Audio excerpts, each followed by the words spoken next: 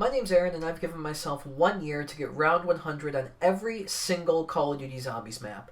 Last time we did Classified, and today we're going to be doing Blood of the Dead, a reimagining of the fan-favorite Black Ops 2 map, Mob of the Dead. Despite this, I have played this map maybe a handful of times and know little to nothing about it besides the fact that the Easter egg is one of the most obnoxious in the entire franchise, and that the high rounds are supposedly pretty easy. In addition to the aforementioned flaws, the community's sentiment of this map does not seem to be very high. Not only does it use the controversial Black Ops 4 gameplay system, many fans believe it struggles to match up to the legendary opus that was the original Mob of the Dead. But I have great news. I'm not an Easter egg player, and I stopped playing zombies after BO2, so I can look at this map without the looming bitterness that the community has towards Blood because of how overhyped it was, due to the fact that for the first time in 6 years, zombies players will be returning to Alcatraz Island one final time. While Blood of the Dead was technically a reimagining, it was also a sort of second chance for the developers to incorporate a lot of elements that they wanted to incorporate in the original Mob, but couldn't due to time constraints and hardware limitations. For those of you that don't squat in the zombies community like I do, last year in early January of 2025, an official pre-alpha prototype of Mob of the Dead was leaked and made playable to the public in February. And to the surprise of the zombies community, it's just Blood of the Dead. While Mob was always supposed to run off the original perk system and feature Afterlife, the original map flow is nearly a one-to-one of what we see in Blood of the Dead. The catwalk is completely identical to the one featured in Blood, and the bones of Powerhouse and New Industries are very much here 6 years before the original vision ever saw the light of day. Even the fast travels under the prison were mapped out, but due to hardware limitations, they appear to be minecarts, not unlike the one featured in Shangri-La, instead of the free-falling that we got in the final version. The Treyarch guys were never shy about saying that they originally intended to create the entirety of Alcatraz one-to-one, and so the entire island is blocked out in the pre-alpha, but it was never finished in either Mob nor Blood. The only thing that's in Blood that wasn't touched on in any of the Mob builds was the Warden's house, but the way the developers blocked out the entire island, it looks like the Warden's house was planned for Mob but had to be cut before they started filling it in. The pre-alpha build also features an entirely new area of the island that didn't make it to either version of the map. That, of course, being Alcatraz's Sallyport, which is the oldest standing structure on the island that was originally an entrance for the army base there when Alcatraz was still a post-war penal colony until 1933. Interestingly enough, the pre-alpha build has seemed to soften the community's sentiment towards Blood of the Dead, as we now know that the geography of it, at least, is just basically what the developers intended for Mob to be in 2013. Despite this, a lot of fans still don't hold this map in very high regard because of both the Black Ops 4 system that it plays on and the overarching disappointment of the conclusion to the coveted Ether storyline. For those that don't know, Blood of the Dead was one of 4 maps in Black Ops 4 that served as the final chapter in the Ether storyline that had been building since players first set foot in Nocturne and Toten back in 2008. And out of those 4 maps that Treyarch gave us to conclude the story following Black Ops 3's epic conclusion, a total of 0 of them were original content. All 4 maps were reimaginings of maps that we'd already seen in previous games that didn't make it into Zombie Chronicles. Classified is of course a reimagining of 5 from Black Ops 1, this being the one that's most faithful to the original. Alpha Omega is an expanded version of BO2's Nuketown Zombies, and Tag der Toten is what happens to Call the Dead after climate change and a funny German guy nukes the Earth. Now, this is not a BO4 Zombies retrospective. I'm not going to go into the Library of Alexandria or the Great War map, but just know that the majority of the Zombies community was not happy that this is how their childhood obsession ended. Hell, I was 18 when Tag der Toten came out, so if I was still playing Zombies at that point, I would not have been happy either. But at this point, I was playing CSGO like a real incel, all growing up. So because I can look back at Blood of the Dead without any nostalgia or bitterness, what do I think of the map? Well, it's no secret that I, make sure you're sitting down for this, don't like Mob of the Dead very much. But Aaron, how can you say that? You have to like Mob of the Dead. It's the greatest zombies map of all time. Alright, hear me out. The setup on this map is egregious. Now, I know that sounds like a boomer take, and everyone will be like, oh, sorry, that you just want to flip on one power switch and pack a bunch of guns and shoot zombies. No, I understand that this map was instrumental in changing how zombies played going forwards. It set the precedent of longer setups, more in-depth Easter eggs, and more buildables that made future fan favorites like Origins, Gorod Krovi, and Shadows of Evil shine. But I think that formula is at its absolute worst on Mob of the Dead. Firstly, there is a very large design flaw in making a one-to-one of Alcatraz Prison as a zombies map. There's no room. The original Mob is cramped, it is tight, and it is miserable. Yes, I understand that a lot of that is skill issue.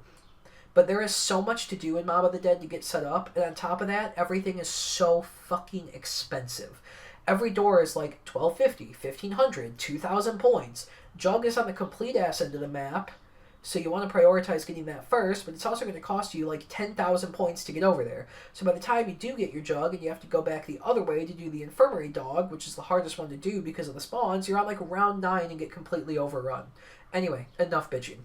I think while Blood of the Dead has its fair share of issues, it actually fixes a lot of the problems I have with the OG mob. Its addition of new industries in the west side of the island gives the player a lot more safer ways to play the game. They also repriced many of the doors, so they are now feasible for the player to explore in the opening stages of your run, but the irony is that with elixirs like Shopping Free, it really doesn't matter how much anything costs, but I appreciate the sentiment, Treyarch. Now, the downsides of this map being a reimagining and not a direct remaster is that due to story elements, things like the celebrity cast, the famous Golden Gate Bridge, and Afterlife were cut.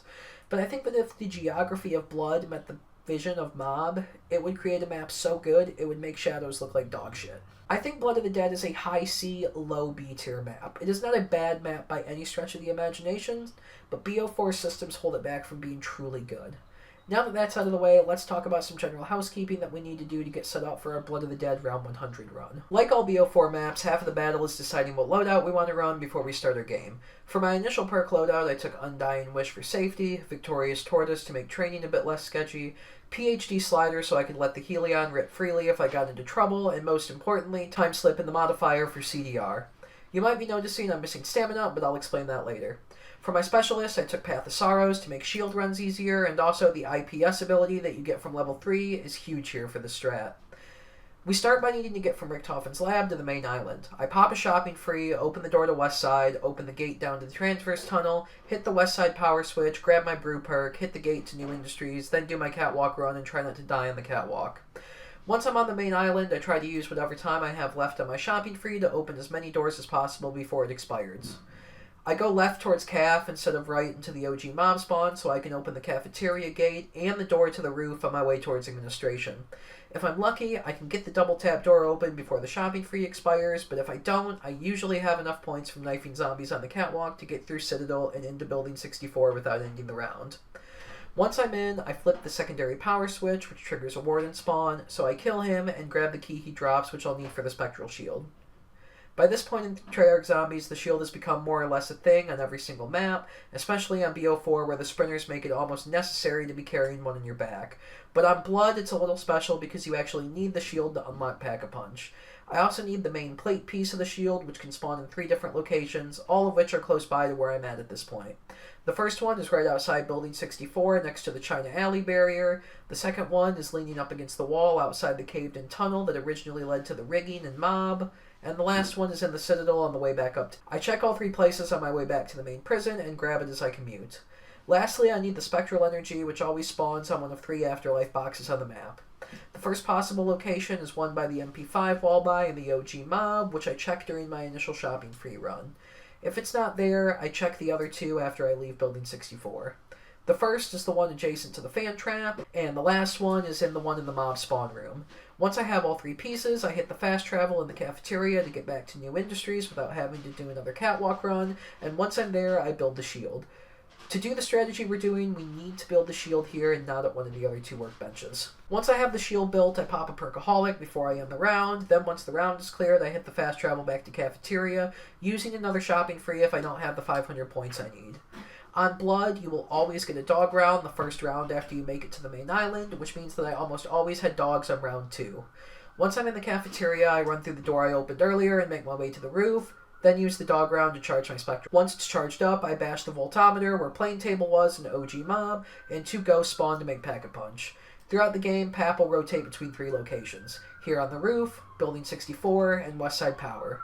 Opening Pap will cause another Warden to spawn, which I kill as I start round 3. Next on the to-do list is drink Shopping Freeze and hit the box until I get both the Blundergat and the Helion Salvo. The Blundergat is obtainable freely by using the Hell's Retriever like it is in Mob of the Dead, but the Retriever replaces your grenades until you upgrade it to the Redeemer. I absolutely need Wraithfires to make this strategy work for me. I've never done the Redeemer upgrade on Blood, and I didn't want to learn anything else at this point, so it was all on box RNG for me. Once I have both these things, I make my way to the Warden's house to do the Magmagat upgrade. Put the gun in the fireplace, kill zombies, and walk over the blue wisp that they drop until all 3 skulls on the mantle are glowing blue. After that, interact with the fireplace to deposit the essence and take the tempered blundergat that it spits out at you. Run back to New Industries on foot, dipping the blundergat in these 5 glowing blue barrels along the way to keep the flame from going out. When you get back to New Industries, put the blundergat in the crusher and let the ghost make your magma gat. Grabbing the magma gat will trigger another warden spawn, so once I grabbed my guns, I killed him and then made my way to Pack-a-Punch, where I Pack-a-Punch the magma gat, and then feed my Helion through until it's fully upgraded, not really caring which AAT I get because it does so much damage that the AATs actually struggle to proc. Now we are 100% set up. This is a trap strat, so we're going to need a solid economy, so I found myself alternating between the Helion and my Specialist until round 25 to 30 to build some points before starting the main strat.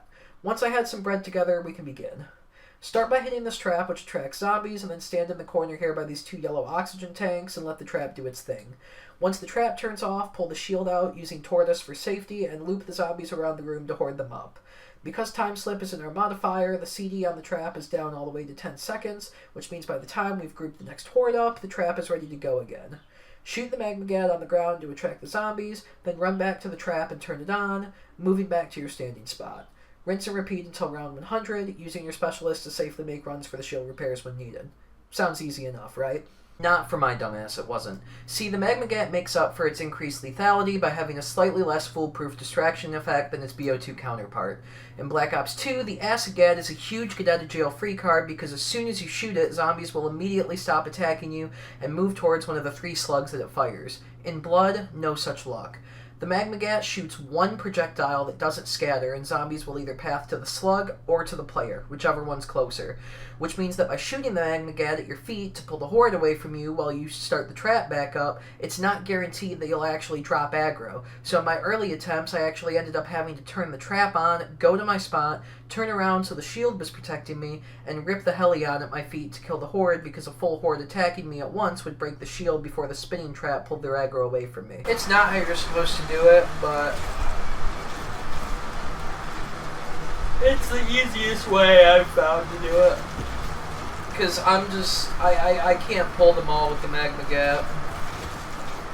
So I guess just turning around and just ripping the Helion at my feet just to clear out the stragglers. Also, Hellhounds don't get aggroed by the trap in the first place, so even though one of my earlier runs went into the 50s, the whole thing was just a hot mess.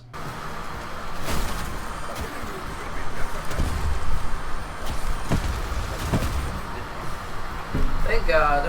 After a handful of swings and misses, I watched some YouTubers run this map for high rounds and figured out a more foolproof strategy. I would loop the zombies around the crusher like I normally did, then slink my way through the back end of the train when I cut back towards the trap.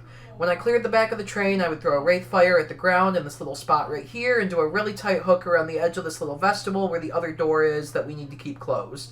There's one barrier here in this little corner, but because of how fast the spawn rates are in BO4, no zombies would ever come out of it and trap me on my return trip because I'd already have the entire horde behind me by that point in the loop. On my cutback, I'd hit the trap button in the middle of the room and run for the oxygen tanks to clear the area before the trap gets spinning. The Wraithfires are important because they slow down the horde so they don't beat you through the trap before it's spinning, and they also have a super low TTK on Hellhound, so there's never going to be any dogs on the map by the time you get back to your spot that risk ignoring the trap and targeting you. Additionally, from where I was standing, Hellhounds would only spawn in the transverse tunnel, so they die to the trap before they could path to me anyway. I would try to keep my katana charged as often as I possibly could, using power vacs and raindrops if I needed to. That way when my shield broke or was about to break, I could use Shadows of Death to safely get back to the workbench without incident. In my later runs, when I became more adept at the strategy, I would cancel my Specialist as quickly as possible when I got back to the oxygen tanks, so I only had to charge it back up from halfway full. The Wraithfires in my loop would for the most part sustainably charge my katana, but occasionally I would rip the Helion salvo in the doorway to transverse tunnel while the trap is running just to speed things up a little bit. I need to hurry up and finish the BO4 maps and the Cold War maps as soon as possible, because every time I'm in the Battle.net client is one step closer I am to accidentally playing World of Warcraft. No, I don't think you understand how much of a serious problem it is for me. I understand how it is. Like, I have to actively try to not get pulled back into the rabbit hole, dude. It's very hard. It's like it being an alcoholic, but, like, I'm gonna give it a buck. It is easier for me to not drink than to not play World of Warcraft. Imagine how I feel in meth. Every day I wake up and I think, damn, I could smoke this shit instead of listening to my bitch wife. Bruh, Cadence doing the freaking spit thing fried me, dude. I looked at her and I was like, are you a 42-year-old white man? I was like, what the fuck are you doing? I was like, get this girl a beer or something. Dude, give me a beer. I don't want to be drunk. Dude, real. Did you hear about the chemical disaster up in Longview, in Washington? What, like the Green Run incident? No, like recently, like on Tuesday. They did Green Run again? No, so there's this place called the Nippon Paper Mill, right? Yeah. And they have this thing that's used in paper. It's called white liquor. White liquor is just basically acid. Yeah. Well, a tank of it blew up, holding like, I don't know, fucking 100,000 fucking gallons or something crazy like that. How cool is that? And like 10 people died. Oh, I fucking love this song. It's about to start. Told me put my heart in the bag. Nobody is hard. Song just reminds me of 2020 when I used to listen to Juice WRLD, Slow Reverb, and play CSGO.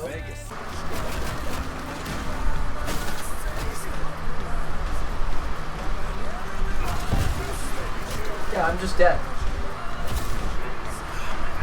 Fuck you. Stamina up in the modifier might not be a bad idea.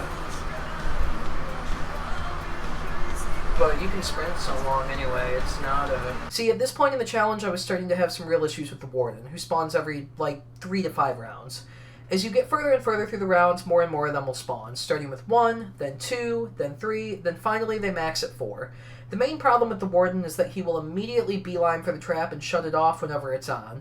Additionally, they don't all spawn at the same time, they spawn intermittently throughout the round, so I wasn't just dealing with them all at once, I was having to play on the fly for the entire round just to survive it, and in a game mode that's centered around rhythm and mental endurance, that's a really big problem. This fucking guy again? Hey, take a hit, pal. Take a break, pal.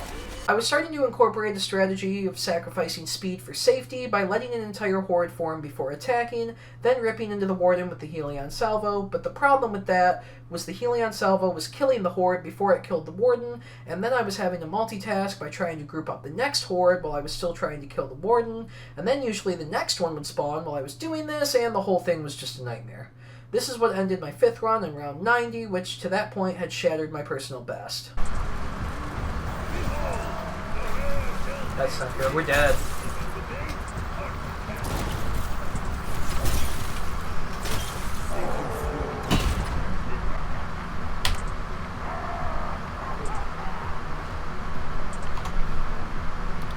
I was so mad that I immediately jumped into another game and played 2 hours to round 60 before going to bed, risking leaving BO4 servers paused overnight and wanting to finish it out in the morning. Gonna go to bed. Play the rest of this tomorrow and just trust the servers. The following day. Alright, gamers, we are awake. Kind of. Like, I just got out of bed.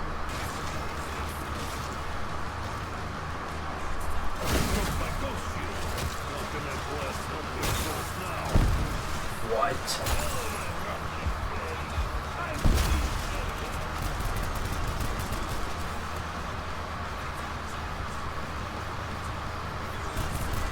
Yo, dude.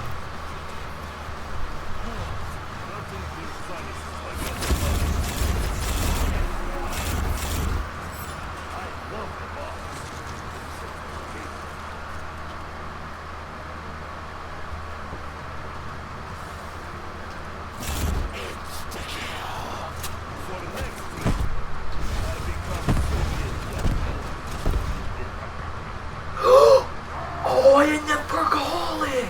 I was so pissed at myself that I once again immediately jumped into another game and got going.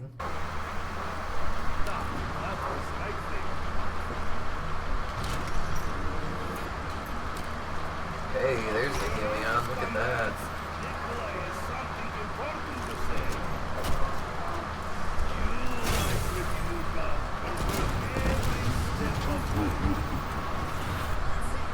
Wait. Huh. gat ended up in my mule kick slot.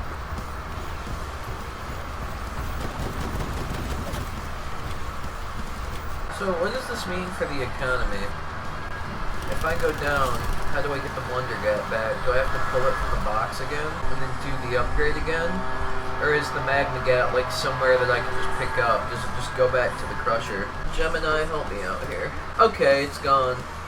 How cool is that? No sweat, guys. Just means that we have to play flawless. I got pretty unlucky with my Perkaholic RNG, but thankfully I took my first down in 68. When I hit another Perka, I practically got every perk I could have wanted. Undying Wish for skill issues, Winter's Wail, Zomshell, and Electric Burst for added safety, Bando to give me more sustainability between dog rounds and elixirs, and Bloodwolf Bite to help speed the rounds up a little bit. I also doubled down on my safety over speed strategy for the Warden and found a pretty foolproof way to deal with Brutus rounds. I would train a full Horde around for about 1.5 to 2 minutes, waiting for all 4 Wardens to spawn. Then I would hit my Specialist and immediately use Shadows of Death, which is essentially an idolize for the entire length of the Specialist charge. This made the regular zombies path into the Transverse Tunnel, and the Wardens would congregate in the middle of New Industries near the second trap switch. This meant that I could safely kill the Wardens without breaking up the Horde, and then continue the rest of the round like normal. But as I continued to play on, I started to notice a very serious issue with my perk loadout. Remember how I said this entire strategy was based off of timing and rhythm? Well, I figured out quickly that Bloodwolf Bite ruins that whole thing. See, during my loot, my Wraithfires would proc Luna on my way back to the trap, and she'd go around insta-killing zombies while the trap was running. In theory, it sounds like a benefit. At least that's how I viewed it in my head. However, Luna would still be going when the trap turned off, and while I was making my loops, which was stopping me from reaching a full Horde as fast as I was. This was doing 2 pretty bad things for my strat here. First, zombies would still be spawning when I was doing my final corner loop because Luna kept taking bites out of my Horde. Remember that window in the corner that I said was a non-factor earlier? Well, now because I'm not at full Horde, there became a very serious chance that a zombie could pop out of that window and trap me. Additionally, Luna's attacks would stop zombies or make them stumble, which was slowing down the actual movement of the Horde and making me get stuck right before or right as I reached the trap switch. Sometimes I would get pinned before I could hit it. Other times I got pinned right after I hit it and couldn't clear the area in time and was getting hit by the trap, which would waste my Undying Wish. Thankfully, because of how fast I was playing, Bloodwolf would tend to only proc once per round because of the long cooldown time on it, but it meant that most of the time I had to burn a Specialist charge at the beginning of a round just to get back to the trap on my first or second loop, which meant that I didn't have my Specialist to make a shield run or deal with Warden rounds. The optimal perk setup, I think, would be to have Quick Revive instead of Bloodwolf for the added heal time, but I had literally everything else I wanted, so taking an intentional down to reroll Perka or throwing the run altogether just seems stupid. To mitigate this, I started saving my raindrops until after I used my Specialist to dodge Luna, and then if I had to use it during the round to make a shield run, I would pop Power Vac on my way back to the oxygen tanks, making sure to cancel the Specialist early. Then, during the very next trap cycle, I would let the Helion rip to try to make full power drops and or charge the Path of Sorrows quicker.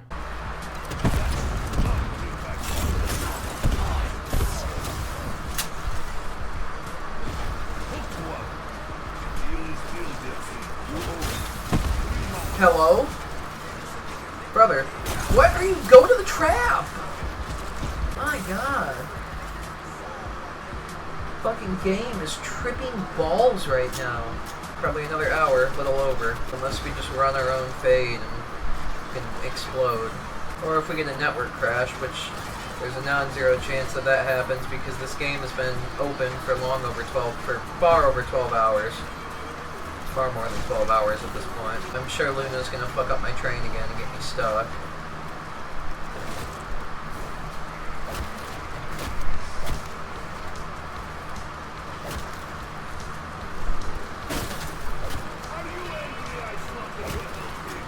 She tried her hardest. She knocked someone down right in front of me, but he hadn't finished standing up yet. We have one more Warden round somewhere, which I think is coming soon. And then one more dog round, which I think is going to fall later. I might have made it. I didn't want to risk it.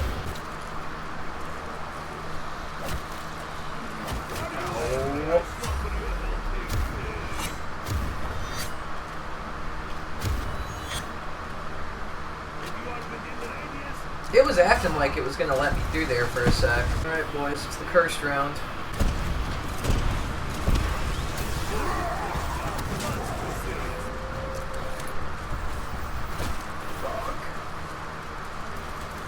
gonna have to try to change these wardens around with Luna. Oh, Luna killed the warden. Yo. Alright, so that should be our last warden round. And we should have one more dog round in here somewhere. Let's go. Please be dogs. It is. Let's go. Dogs on 99, baby. Let's go, baby. Blood of the Dead in 4:59:07, and we'll try to play one more just for the flex. Ultimately, it took 10 different streams and a few different blood alcohol contents to get round 100 on Blood of the Dead, but I was able to do it on my 7th run, and it took no more than a few days, checking off my 7th map of the challenge. Because Mob was already done, I can say goodbye to Alcatraz for the foreseeable future. The run took roughly 5 hours, and I was able to do it with only one down. If you're interested in following me on the rest of the journey or catching up on what you missed, there's a link to the Round 100 playlist in the description, as well as a link to my Twitch where I will be doing the Ascension Round 100 after I finish editing the Alpha Omega video.